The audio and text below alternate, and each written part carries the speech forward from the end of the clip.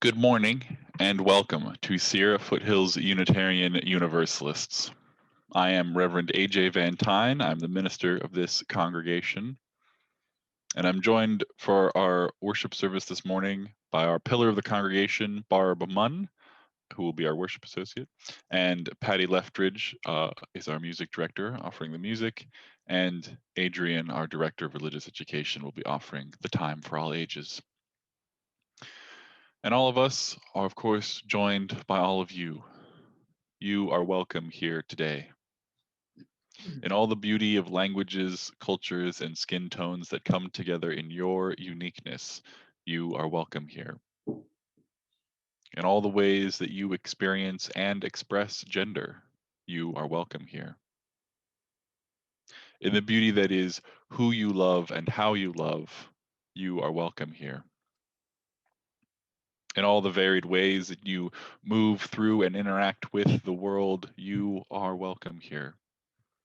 With all of the religious and ethical traditions that inform your spiritual life, you are welcome here. Whether you come this morning feeling joyful and ebullient, or if you come still anxious about the future of our country, you are welcome here. No matter how long you've been away, nor how soon you may return, you are welcome here. You are invited to join us with an open mind, a loving heart, and willing hands. We welcome you today. I especially welcome any newcomers today. Each Sunday is a little bit different here, so do please come back a few times to really get to know us. And also, since today comes after a very emotional and historic day, we would love to have everybody, if you're willing and able, to check in using the chat to just let us know how you're feeling today. You could post really any time during the service just to type into the chat where you are emotionally, spiritually, and all of that today. And last but certainly not least, am very pleased to introduce the executive director of one of our new Share the Plate recipients, who will be the recipient during the month of November, receiving funds from our offertory, from our Share the Plate program. The organization is Sierra Streams Institute, and the executive director is Joanne Hild. So I hand it over to her now. Hi, I'm going to share the screen in a minute. I just want to first thank you all so much for including Sierra Streams in your Share the Plate sharing.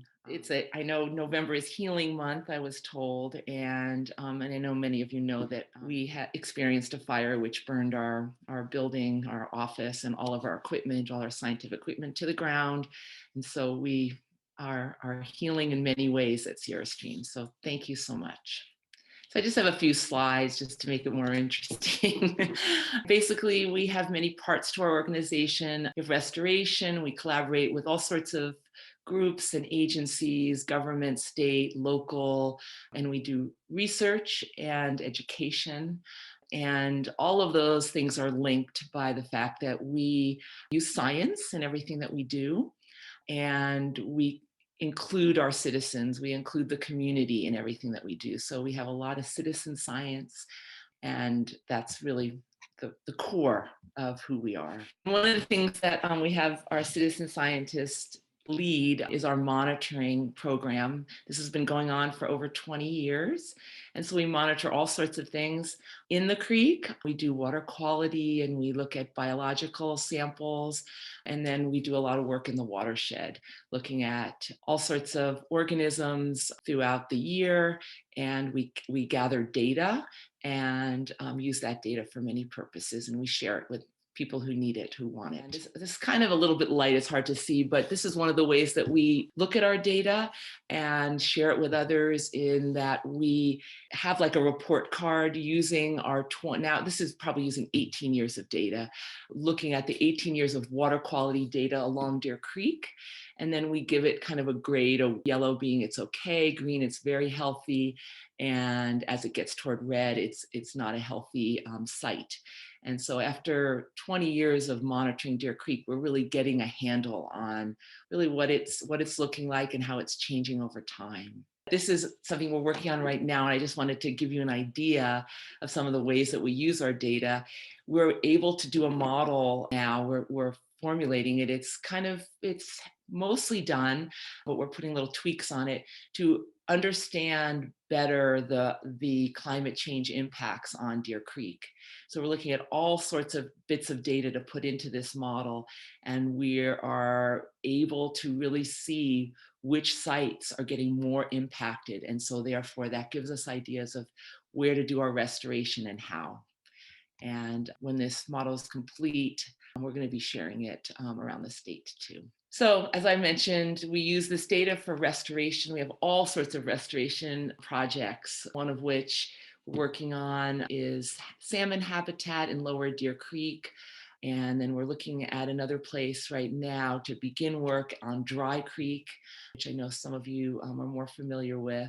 And we also do work with plants in that we replace the non-native species with native species. That also cools the riparian areas for the salmon because the water needs to be at a certain temperature for them. But we also do the work on the land and the forest for fire resilience, health. And we're working in Lake Wildwood right now to understand why there have been E. coli breakouts in the lake and working on that. So all sorts of restoration work. It's one of kind of the core bits of our organization. And then we also, because we're in a mining area, do a lot of work doing assessments of the mining contaminants in the areas, not only in the water, but in the lands, the watersheds and the lands around them. And we clean those up often through EPA brownfields cleanup grants. And we do research on how these contaminants might be affecting our health in our communities. And so we are in the midst right now of doing a study on breast cancer rates. We're working with epidemiologists from UCSF. We're doing samples at people's homes in their soil and their water and their vegetables in their gardens to see whether any of these have arsenic, cadmium, and any other mining contaminants that might be affecting our high breast cancer rate that we have in Nevada County and actually some of the surrounding Gold Country counties. We also have an educational program, and we do all sorts of things dealing with education. We have a National Science Foundation grant that we're working on right now, which is sharing a curriculum that we've developed with school children to learn more about forest health and fire resilience. And they're actually supposed to be going out into the field taking data to inform the Forest Service and other organizations, but we've had to change it a little bit due to COVID. They're still going out into the field, but it's a little bit different. They're doing it on their own and with small groups. We have a California Naturalist program through UC Davis for adults. We are doing that hopefully through a distance learning program this spring. And we have all sorts of other programs that are listed here where we work with community groups, volunteers, internships, AmeriCorps members. It's really at the base of a lot of what we do. And here's a way to get a hold of us. I'd love to talk to any of you more. That's our website if you want to gain more information about what we do. And please contact me anytime if you want to talk in person. Thank you so much for supporting it. Your help with the Share the Plate is going to help us buy some of our equipment back. Thanks so much. Great to meet you guys. Hopefully in person someday. Thank you so much, Joanne. I now invite Barb to begin our worship service by leading us in lighting our chalices. Good morning, everyone. So get your chalices ready. We're going to light them with these words from Reverend Joe Cherry. This is a prayer for living intention. If we have any hope of transforming the world and changing ourselves, we must be bold enough to step into our discomfort, brave enough to be clumsy there, and loving enough to forgive ourselves and others. May we, as people of faith, be granted the strength to be so bold, so brave, and so loving. So I'm going to light our chalice.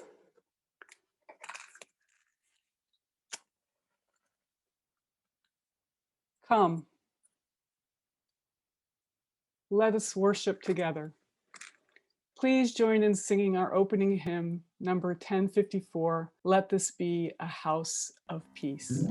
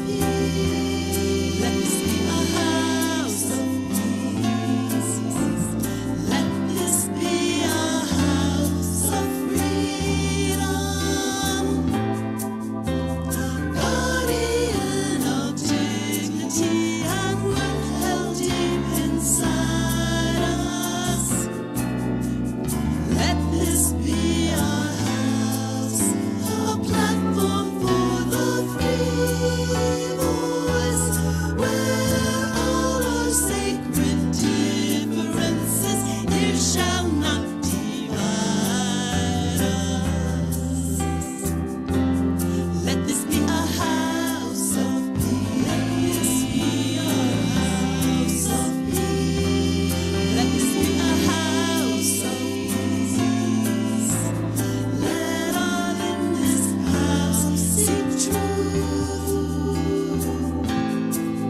where scientists and mystics abide in reverence here.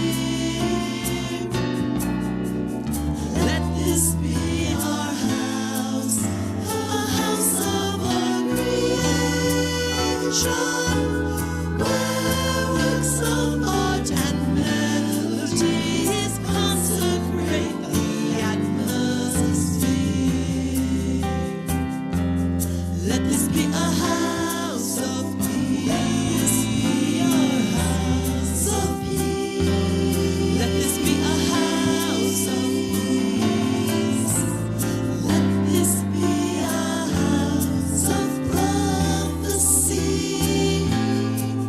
May vision for our children be a common theme. Let this be our house of myth and lore and legend, a trove of ancient story, cradle of our tender dreams. Let this be a house of peace. Let this be a house of peace. Let this be a house of peace. Our house of peace. Let this be a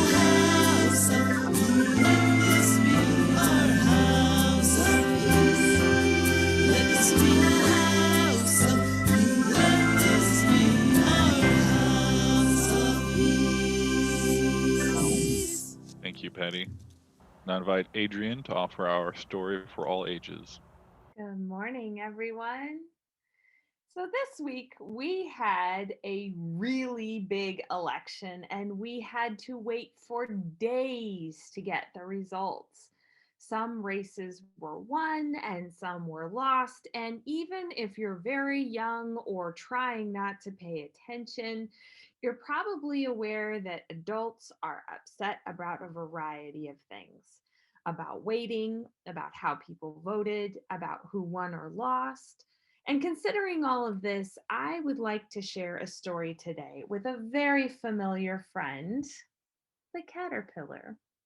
Caterpillar is going to move us through some really important exercises that we can all do together or at any time when we are feeling frustrated. So here we go. This book is called Calm with the Very Hungry Caterpillar. When your monkey mind feels too busy, just stop a moment and breathe.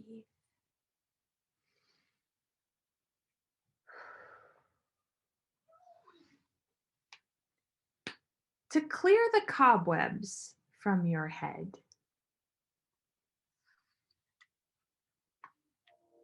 with each slow breath, try counting from 1 to 10.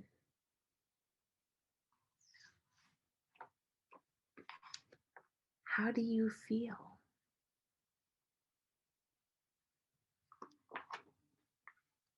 Happy? Sad? Jumpy? Calm?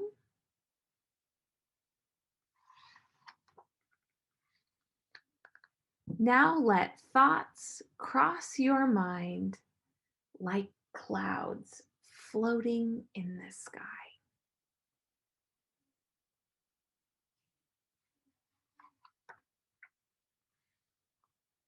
Still feeling fluttery?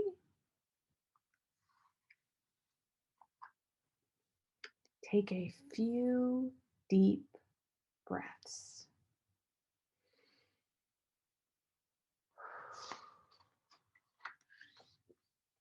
and smile. No matter what has happened or is happening or how long we need to wait, we can go right back to these very exercises and remind ourselves how to feel balanced inside and out. Have a wonderful week, everyone. Thank you, Adrian. In this community of mutual care, we celebrate the great joys of life together and also help share the burden of our sorrows and grief. And as such, each week we share specific joys and sorrows from the lives of our members. So if you have a joy or a sorrow that you would like shared on a Sunday, you can email joysandsorrows@mysfuu.org at any time during the week with what you would like said.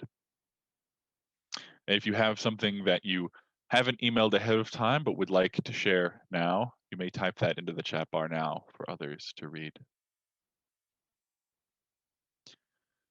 And I invite you now into a time of meditation, reflection, and prayer.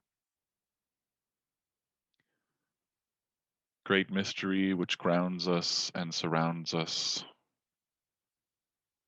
Divine presence known by many names and found by many paths. We come together in this time of great political change, of pandemic, of the finally arriving and gathering clouds, to pray for healing, to pray for the heavens to open up with the rains of justice, the waters of healing, the elemental breath of life and love to flow through every corner of our being and every corner of the world. We come weary after a long journey. We come joyful after exciting news. We come apprehensive of what may come next, and we come grateful for one another. We come knowing that the work of healing is non-linear or assured, but is a spiraling dance of progress and setbacks, of victories and woes, of joys and sorrows. In our own community here, we hold the sorrows of pain and trauma. We hold those dealing with sickness and illness, and those who, while relieved in the short term, perhaps by the news, remain harmed and hurting from 4 agonizing years of heartless leadership. And we hold also those who still must navigate the tribulations of work, school, family relationships, and of course the fast approaching holidays in a world marked by plague and virtual gatherings. In our community, we celebrate also the joys of healing for all those recovering from illness, recovering from surgeries, for all those moving through the difficult but beautiful process of grief, wherever they may be in that journey, for all those hopeful for a new day in America, and all those grateful for the first beginnings of rain in this season. And Jim Ferris shares the joy that his older brother is feeling better after a difficult eye surgery, and he is finally able to read most TV subtitles for the first time in months. And in recognition of upcoming Veterans Day, Bob Coombs asks us to hold thoughts and prayers for all those veterans who have served our country and returned harmed, either physically or mentally. Thoughts and prayers for all the friends and families of those veterans who have served and not returned alive. Thoughts and prayers for all those, like Riley Jungers, who are presently serving in any branch of the armed forces. And in the spirit of prayer and healing for our new president-elect, commander-in-chief, and steward of those forces, I want to offer this prayer for leaders from John O'Donohue, knowing that in a democracy, it is not just the elected officials, but also each and every one of us that inherits the responsibilities of a leader. May you have the grace and wisdom to act kindly, learning to distinguish between what is personal and what is not. May you be hospitable to criticism. May you never put yourself at the center of things. May you act not from arrogance, but out of service. May you work on yourself, building up and refining the ways of your mind. May those who work for you know you see them and respect them. May you learn to cultivate the art of presence in order to engage those who meet you. When someone fails or disappoints you, may the graciousness with which you engage be their stairway to renewal and refinement. May you treasure the gifts of the mind through reading and creative thinking so that you continue as a servant of the frontier, where the new will draw its enrichment from the old. And may you never become a functionary. May you know the wisdom of deep listening, the healing of wholesome words, the encouragement of the appreciative gaze, the decorum of held dignity, the springtime edge of the bleak question. May you have a mind that loves frontiers so that you can evoke the bright fields that lie beyond the view of the regular eye. May you have good friends to mirror your blind spots. May leadership be for you a true adventure of growth. I now invite us all to continue in the spirit of meditation, reflection, and prayer as we hear hymn 1009, Meditation on Breathing.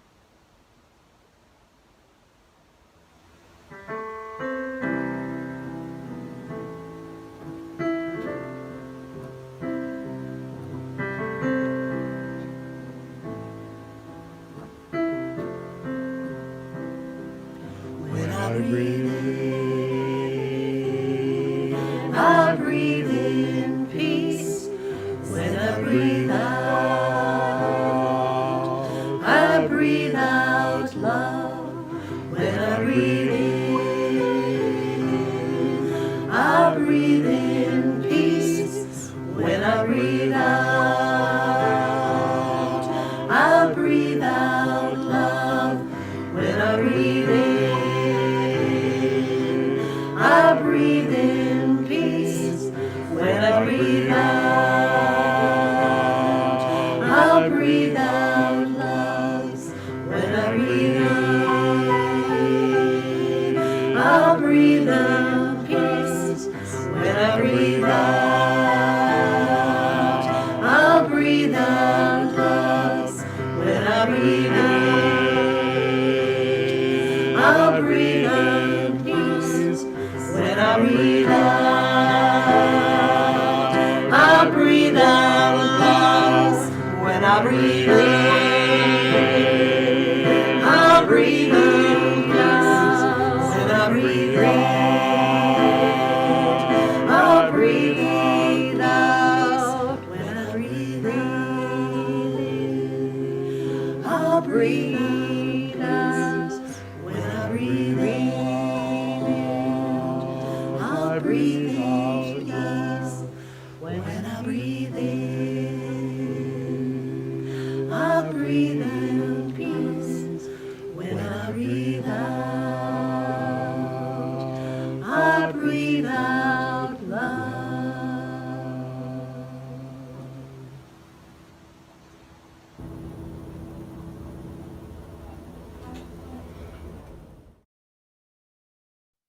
Now invite Barb to offer her reflection. When I breathe in, I breathe in peace. When I breathe out love. What a roller coaster ride these past 5 days have been. I feel wrung out, jubilant, and yet wary. From the chat, I see that you are all euphoric, relieved, and hopeful. Happily, the results of the election suggest that our country has rejected hate, division, and dishonesty. This gives me hope that the climate change crisis might be addressed, along with the many other social justice issues at the core of our faith. Yet, the electoral rejection was by a nail-biting margin, which should give us all pause. Are we living in a different reality than a good portion of this country? Do we have nothing in common? How do we speak our truths while remaining in relationship with friends, families, neighbors, and elected representatives who think differently than we do? It is so much easier to talk to people who already think as we do.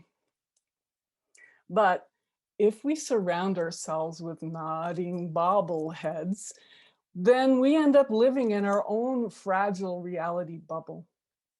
Doing so promotes a nation of us and them, with little reason to bridge the divide.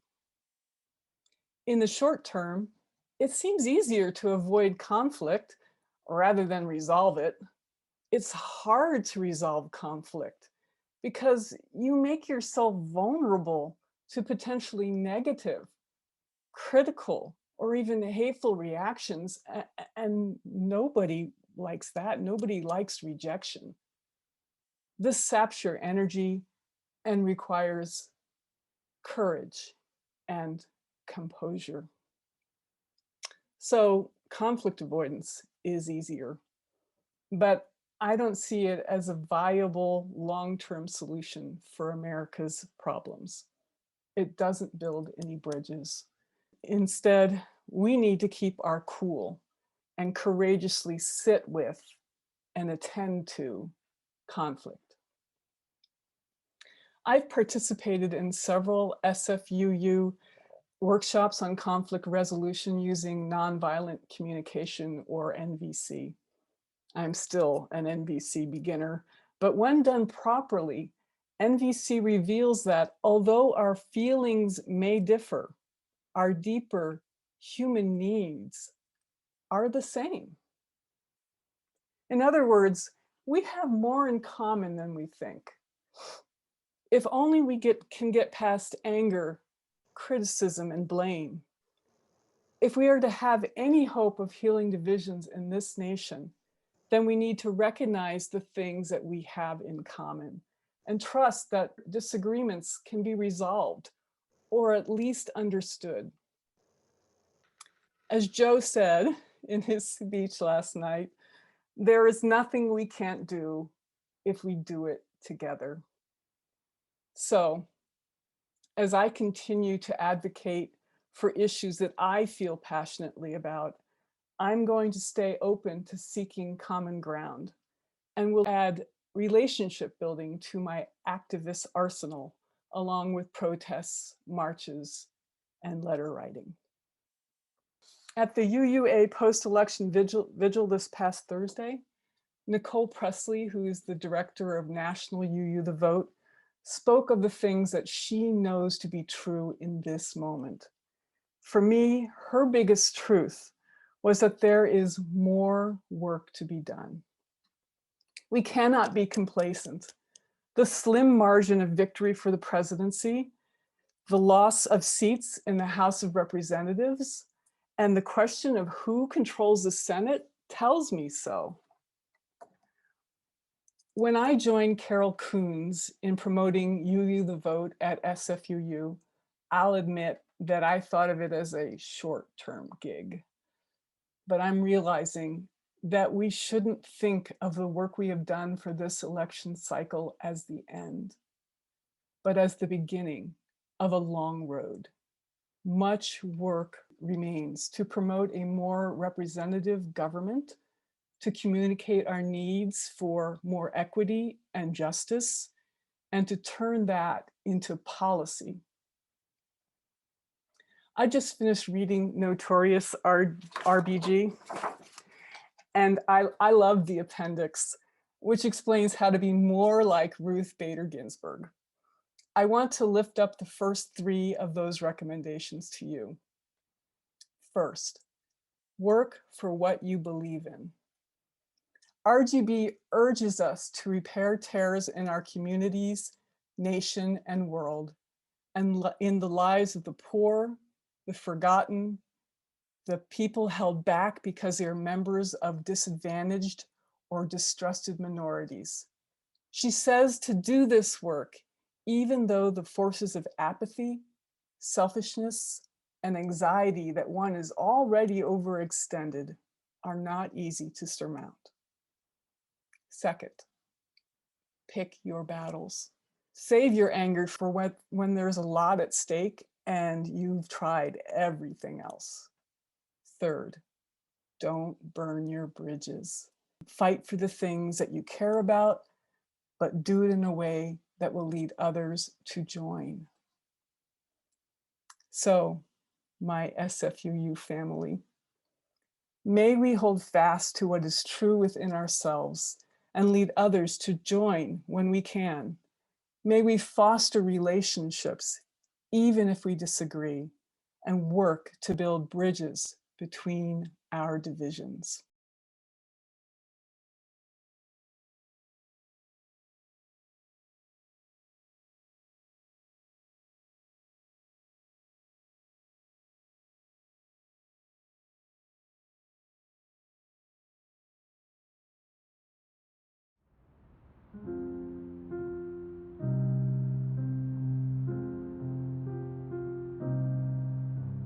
Building bridges between our divisions, I reach out to you. Will you reach out to me? With all of our voices and all of our visions, friends, we could make such sweet harmony. Building bridges between our divisions, I reach out to bridges, reach out to visions, I reach out to voices, reach out to visions, I reach out to voices, reach out to visions, I reach out to voices, reach out to visions, I reach out to voices, reach out to visions, I reach out to voices, reach out to visions, I reach out to voices, reach out to visions, I reach out our voices, reach out our visions, building bridges between our divisions, I reach out to you. Will you reach out to me? With all of our voices and all of our visions, friends, we could make such sweet harmony.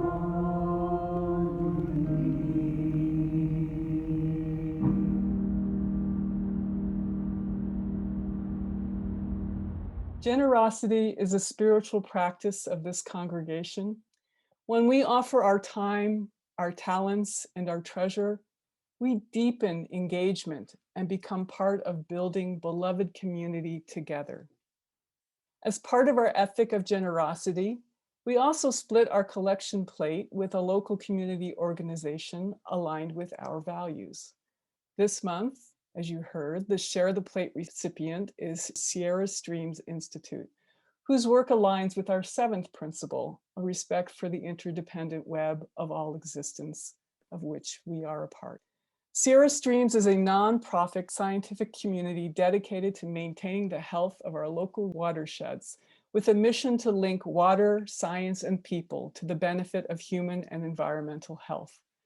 We hope that you will be moved to contribute generously this morning to help Sierra Streams replace vital equipment lost when their building and everything in it burned to the ground during the Jones Fire in August. To support SFUU and Sierra Streams today, follow the link in the chat or navigate to our website, mysfuu.org, and click on Give to SFUU. Here you can donate at any time to our Share the Plate program or directly to SFUU to pay your pledge. You can also download the app, Give Plus Mobile, where all you have to do is create an account, put in our zip code 95603, and select SFUU to give. Instructions and links are at the bottom of the Give page at mysfuu.org. As always, you may mail donations and pledges directly to our church at 190 Finley Street. If this is one of your first times visiting us, welcome. And please know that you are our guest and there is no expectation that you contribute. The offering will now be given and gratefully received.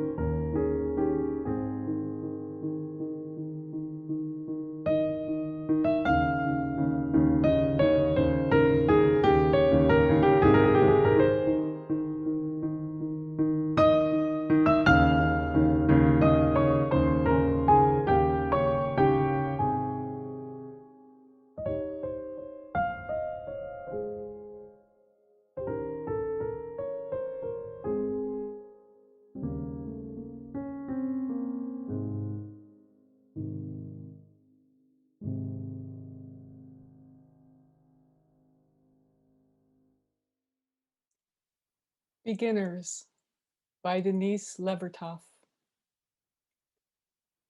From too much love of living, hope and desire set free, even the weariest river winds somewhere to the sea. But we have only begun to love the earth. We have only begun to imagine the fullness of life. How could we tire of hope? So much is in bud. How can desire fail? We have only begun to imagine justice and mercy, only begun to envision how it might be to live as siblings with beast and flower, not as oppressors.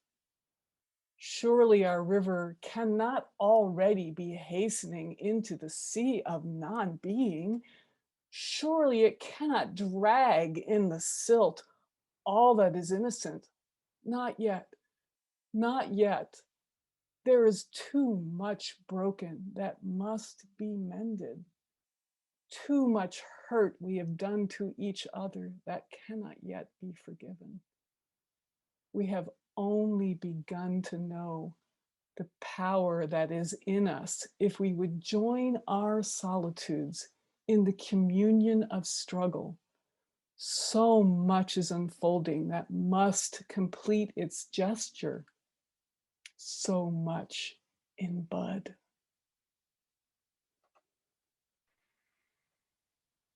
Thank you, Barb.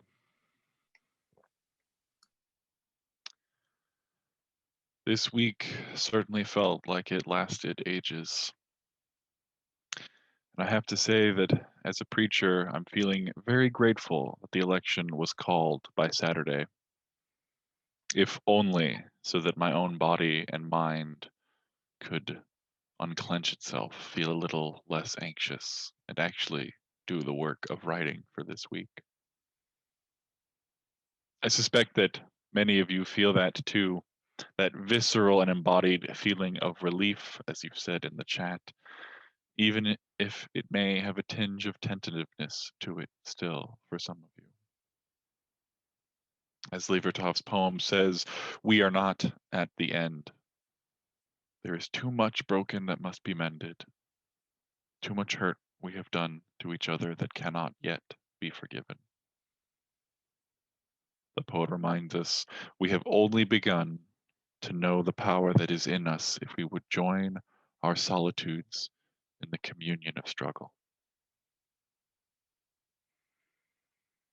Though it feels as if we are at the end of a horrible chapter, and in many ways we are, perhaps, the first paragraph of a new chapter, we are very much at the barest of beginnings. Indeed, the election writ large which includes the contest for control over the Senate, is not quite over.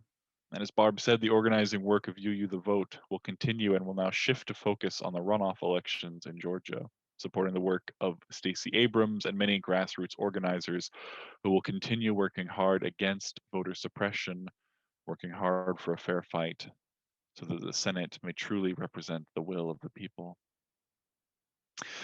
Because that's the thing for me that I keep coming back to, this question of how or whether our government reflects our will as a people.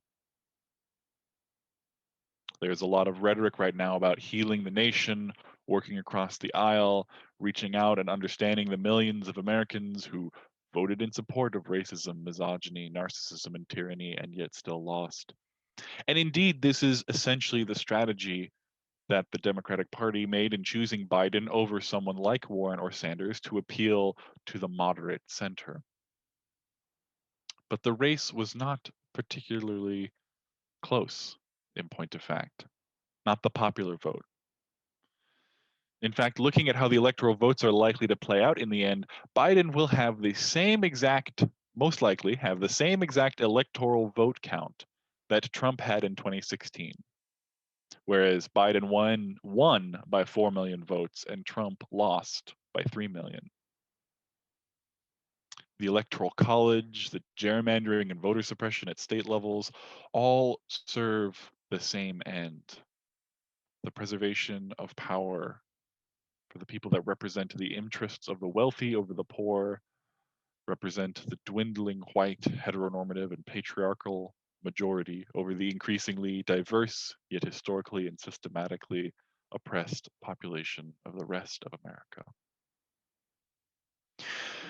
My point is, my sense is that America is not as divided as it feels like, not as divided as it plays out in electoral politics. I know it feels very divided, and it can feel very discouraging, even as Biden eked out a victory. The party that works against rather than for voter suppression lost seats and state legislatures across the country, even winning the presidency. It feels discouraging, and that is, of course, by design. What gives me hope, what terrifies me, but still gives me hope, is the knowledge that Americans, by and large, are in agreement, but certain systems skew the power so that things are closer than they really are. The knowledge that most Americans want sensible gun reform. Most Americans are for full LGBT equality. Most Americans support the movement for Black lives. And most Americans support access to safe and legal abortions.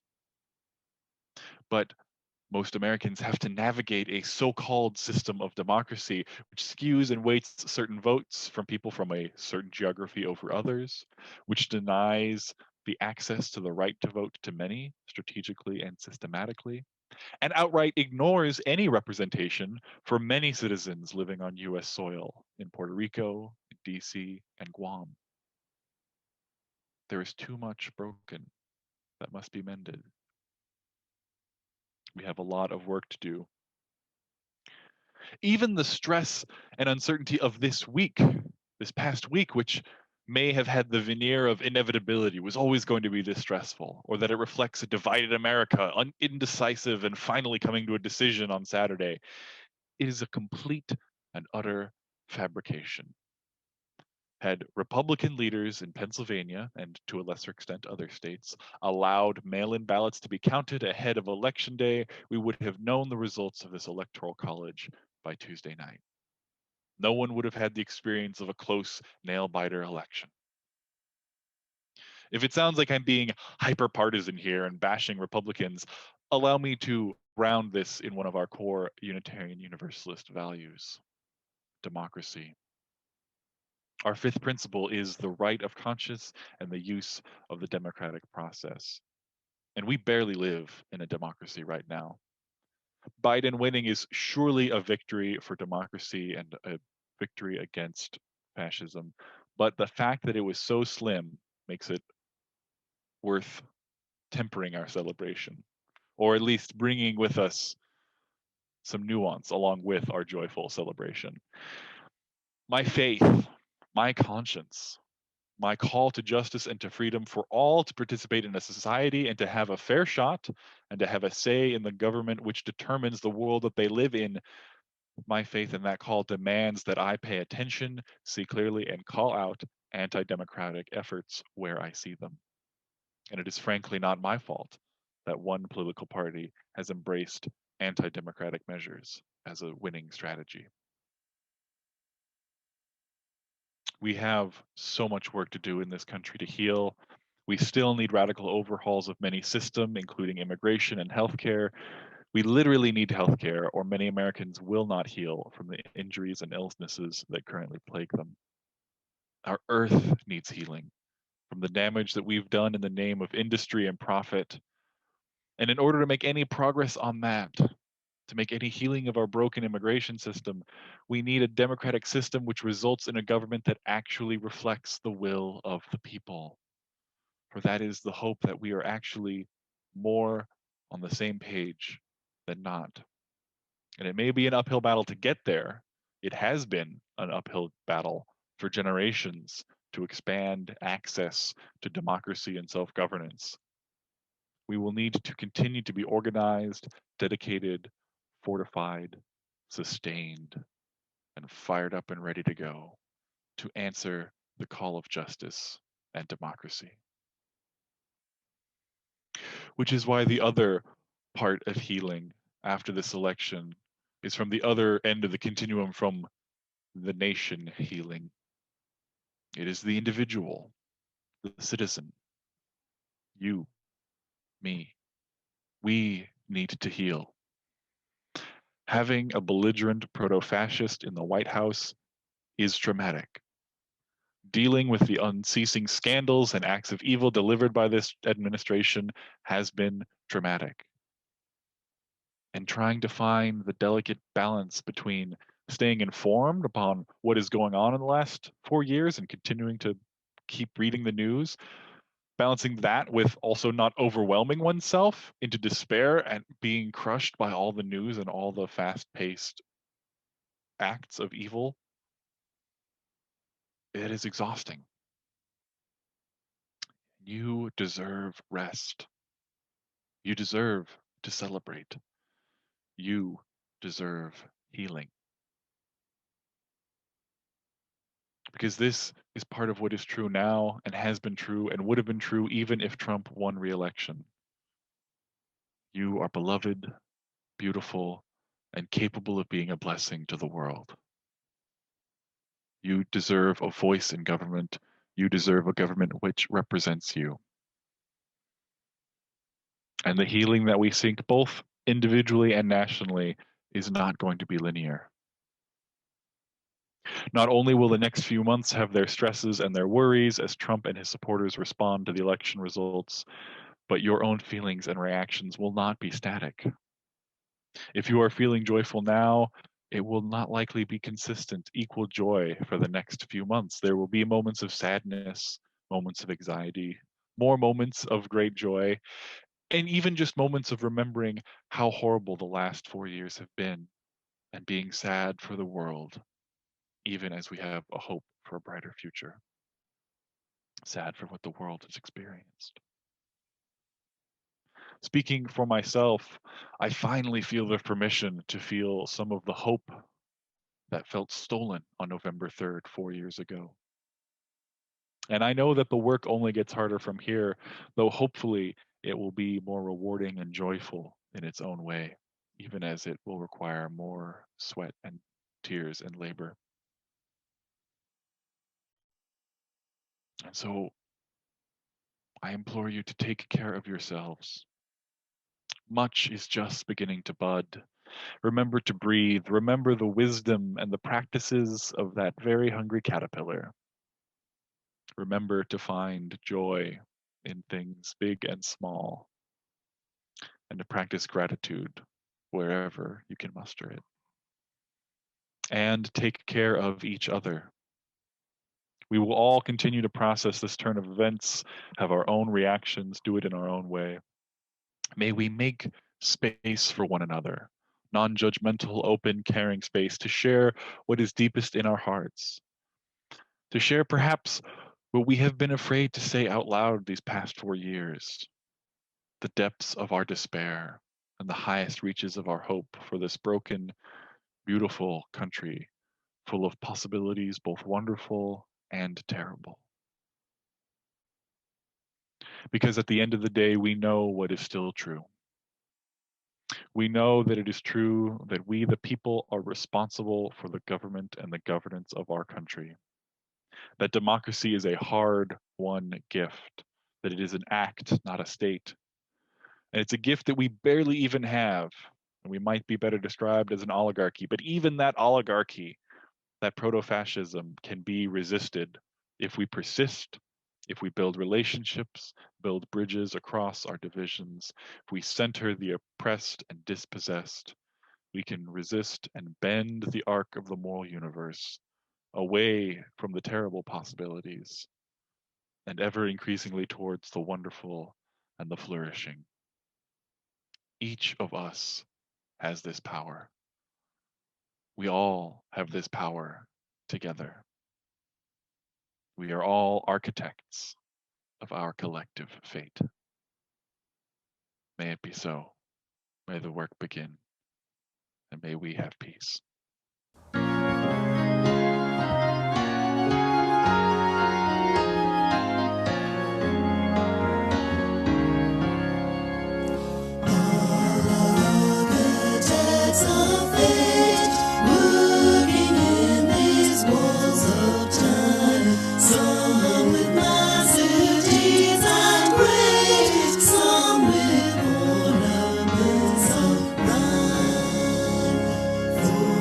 structure that we raise. Time is with materials filled. Our todays and yesterdays are the blocks with which we build. Build today then strong and sure, with a firm and ample base, and ascending and secure shall tomorrow find its place.